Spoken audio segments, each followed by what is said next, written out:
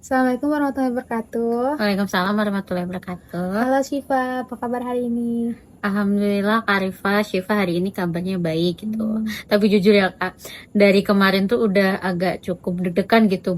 Karena kan menanti konseling kedua ini setelah konseling pertama gitu. Jadi agak deg-degan gitu sih sebenarnya. Normal banget sih, apalagi kan kita sekarang mau ngebahas ke pengalaman-pengalaman yang Syifa sudah lakukan kemarin-kemarin ya. Nah, saya mau mengingatkan untuk sesi konseling ini, jadi sifatnya rahasia dan tidak akan disebarluaskan kemanapun. Apakah Syifa udah siap? Insya Allah udah siap Kak.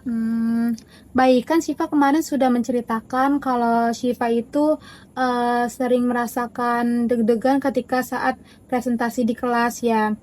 Boleh diceritakan kembali dari pengalaman Syifa yang Syifa lakukan pada saat itu? Oke, jadi alasan kenapa pada akhirnya Syifa suka deg-degan gitu ya, kalau maksudnya takut pas waktu presentasi itu ada faktornya. Lebih tepatnya pas waktu Syifa baru masuk kuliah gitu ya, dimana di semester 1 kalau nggak salah, maksudnya baru menyentuh presentasi, bikin PPT dan lain sebagainya. Giliran Syifa maju, Syifa itu menjelaskannya itu salah slide, yang dimana di slide tersebut juga harusnya Syifa sampaikan tapi terlewat gitu. Dan pada akhirnya pas waktu di bagian kesimpulan ya nggak nyambung karena ada satu slide yang terlewat gitu. Nah, di momen tersebut ketika Syifa salah slide, ada teman sekelas Syifa yang maksudnya menatamakan Syifa. Jadi itu sih yang buat faktor apa ya, yang menjadi faktor kenapa pada akhirnya Syifa agak takut gitu untuk tampil di depan atau presentasi di depan kelas gitu sih Kak. Iya. Nah, dari kejadian yang kemarin Syifa lakukan, Syifa perasaannya saat ini bagaimana? Maksudnya setiap Syifa gara-gara kejadian tersebut sampai sekarang gimana gitu ya? Tentunya Kak, karena kejadian tersebut tuh cukup membekas gitu ya di Syifa, maksudnya kayak ngaruh banget gitu di Syifa karena emang pengalaman pertama, tapi pengalaman pertamanya yang cukup gak enak gitu ya dari Syifa. Jadi apa ya, dari kejadian itu sampai sekarang kalau semisal mau presentasi pasti rasanya tuh apa ya, deg-degan, takut, cemas, gelisah gitu ya, karena takut akan hal tersebut tuh keulang lagi gitu pas waktu saya presentasi gitu. Itu sih Kak. Nah, dari perasaan yang tadi muncul, nah biasanya apa yang Syifa lakukan? Kalau semisal perasaan itu muncul ya Kak, kadang tuh saya suka menghindar gitu kalau semisal ada presentasi gitu. Bahkan pernah waktu itu saya sampai izin sakit gitu ya, izin sakit untuk gak masuk kelas karena saya tahu kalau ada presentasi gitu. Atau enggak pas waktu presentasi nanti saya lebih banyak minta untuk di backup sama temen kelompok saya yang presentasi gitu untuk gantiin saya ngomong gitu. Itu sih Kak. Nah, sekarang coba kita masuk ke bagian intinya ya. Saat kamu melakukan presentasi ya, apa sebenarnya yang ada di pikiran kamu tentang diri kamu sendiri itu? Saya mikirnya sih kalau semisal pas waktu presentasi ya saya harus tampil sempurna gitu Kak, nggak boleh ada salah sedikit pun gitu pas waktu presentasi gitu. Iya, iya. Kalau misalkan kamu presentasi itu tidak sempurna itu bagaimana? Ya kalau semisal saya presentasi nggak sempurna berarti artinya saya gagal dong Kak. Saya gagal, kemudian saya memalukan gitu, sama halnya seperti yang pertama kali membuat saya seperti ini gitu kan. Saya ditertawakan berarti kan emang saya memalukan, saya gagal gitu. Dan bahkan muncul pikiran di saya kalau semisal pasti orang-orang ini menganggap saya itu bodoh gitu karena nggak bisa presentasi, nggak apa ya yang disampaikan tuh apalah gitu sih Kak. Oh, jadi saya rangkum ya. Jadi Syifa itu meyakinkan ketika seseorang tampil di kelas itu harus sempurna gitu ya. Terima kasih Syifa sudah jujur dengan pengalaman-pengalaman yang Syifa sudah lakukan kemarin. Nah, di sini kita akan melakukan pendekatan REBT yang dimana keyakinan ini Yang dimana keyakinan ini sebenarnya eh, paling banyak memicu rasa cemas kamu, bukan presentasinya itu sendiri. Nah, saya mau mengajak menguji Syifa, menguji keyakinan itu bersama-sama ya Syifa. Iya, Kak. Nah, pertanyaan yang pertama, apakah ada aturan yang tertulis bahwa presentasi di kelas itu harus sempurna? Nggak ada ya Kak, sebenarnya nggak ada peraturan tertulis gitu kalau semisal kita tampil di kelas harus sempurna tuh nggak ada. Nah, menurut pengamatan kamu sendiri, apakah teman-teman kamu yang lainnya itu selalu tampil sempurna setiap kali presentasinya?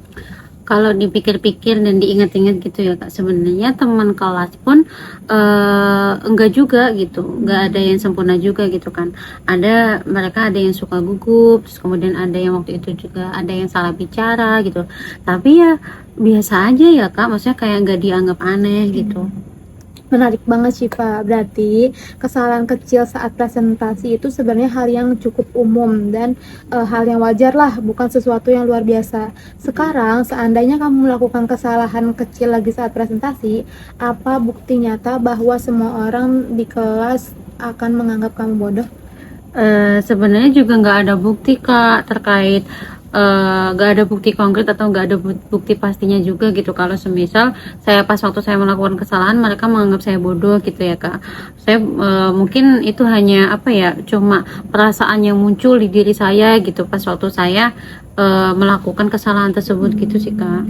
Betul, sekarang kita lihat nih, menurut kamu keyakinan saya harus tampil sempurna selama ini membantu kamu atau justru membebani pikiran kamu? Sebenarnya itu tuh malah apa ya Kak, malah jadi beban gitu, malah hal tersebut malah membebani pikiran saya gitu, yang justru malah bikin saya takut untuk menghadapi presentasi tersebut gitu. Bahkan tadi yang sudah Siva sampaikan gitu, bahkan Siva sempat menghindar atau izin sakit sampai di backup sama teman-teman Siva pas waktu presentasi gitu Kak. Jadinya hal tersebut juga ngaruh gitu kan nilai-nilai Siva gitu kan, karena kan ketidakhadiran Siva nggak ada, kemudian keaktifannya juga nggak ada pas waktu presentasi gitu sih Kak. Nah, dari situ kita lihat keyakinan ini sebenarnya tidak realistis dan justru tidak menguntungkan buat kamu. Sekarang coba tarik nafas terlebih dahulu ya, sebentar bersama saya. Tarik nafas dulu yuk, 1, 2, 3. Buang. Sudah agak lebih tenang? Sudah Bagus. cukup tenang sih. Sekarang dari semua yang kita bahas tadi, coba kamu rumuskan sendiri. Kira-kira keyakinan baru yang lebih masuk akal itu apa? Awalnya kan saya mikir kalau semisal saya harus tampil sempurna, nggak ada kesalahan gitu ya Kak. Tapi mungkin apa ya, bukan mungkin sih, saya akan coba untuk mengganti apa ya, mindset gitu ya Kak. Kalau semisal pas satu presentasi saya ingin tampil baik gitu, bukan sempurna. Maksudnya tampil baik tapi nggak harus sempurna gitu. Kalau salah sedikit ya itu wajar gitu, karena teman-teman saya juga pada kenyataannya apa ya, nggak sempurna gitu. Dan saya pun apa ya, baru terpikir gitu kalau semisal salah itu nggak apa-apa nggak sih Kak. Iya, karena Maksudnya itu merupakan hal yang wajar dan bisa dibilang salah satu dari proses pembelajaran gitu ya Kak. Dan padahal juga sering saya dengar kayak quotes kesempurnaan itu hanya milik Allah gitu. Iya, Tapi emang baru apa ya, sedikit terbuka gitu Kak dari ini barusan tadi. Makasih ya Kak Rifa. Nah, bagus sekali Syifa. Bagaimana perasaan kamu saat mengucapkan kalimat yang tadi dibandingkan keyakinan kamu yang lama tadi itu? Berarti di keyakinan baru tadi ya Kak. Iya. Jujur apa ya Kak, perasaan saya tuh kayak lebih lega gitu. Maksudnya nggak yang seberat tadi pas waktu masih apa ya, megang keyakinan yang lama gitu. Jadi pas waktu ketemu tadi keyakinan yang baru gitu, berkat Kak Rifa, makasih ya Kak, agak lebih lega gitu, nggak seberat yang lama gitu. Nah, itu artinya keyakinan yang baru ini memang lebih membantu kamu untuk merasa tenang dan tetap bisa tampil ke depannya. Nah, untuk latihan sampai pertemuan berikutnya, saya minta kamu menuliskan kalimat keyakinan baru di kertas ini. Nah, boleh ditulis dulu.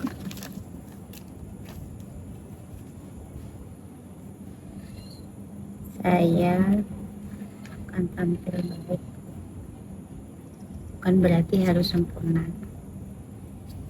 Kalau ada kesalahan, nggak apa-apa, itu wajar karena itu merupakan proses dari pembelajaran. Kakak, Nah, untuk kalimat yang sudah kamu tulis ini nantinya kamu baca pelan-pelan di pagi hari, dan ketika kamu merasa cemas, kamu membacakan kalimat yang sudah kamu tulis ini, dan kamu untuk mencoba latihan presentasi ketika kamu ingin presentasi nantinya, dan coba latihan berbicara di depan cermin. Oke, Apakah siap, kamu Kak. sanggup? Ya, insya Allah sanggup, Kak. Terima kasih ya Syifa, sudah menyempatkan waktunya di kegiatan ini. Semoga Syifa perkembangannya semakin bagus nanti ke depannya ya. Bismillah. Kita lanjutkan di pertemuan berikutnya ya Syifa. Iya, Kak. Terima kasih Syifa. Ya, kembali kasih Kak Rifa, terima kasih sudah membuka keyakinan baru gitu, atau mindset yang saya pegang biar gak terjebak di hal buruk tersebut gitu. Makasih ya Kak Rifa. Terima kasih. Assalamualaikum warahmatullahi wabarakatuh.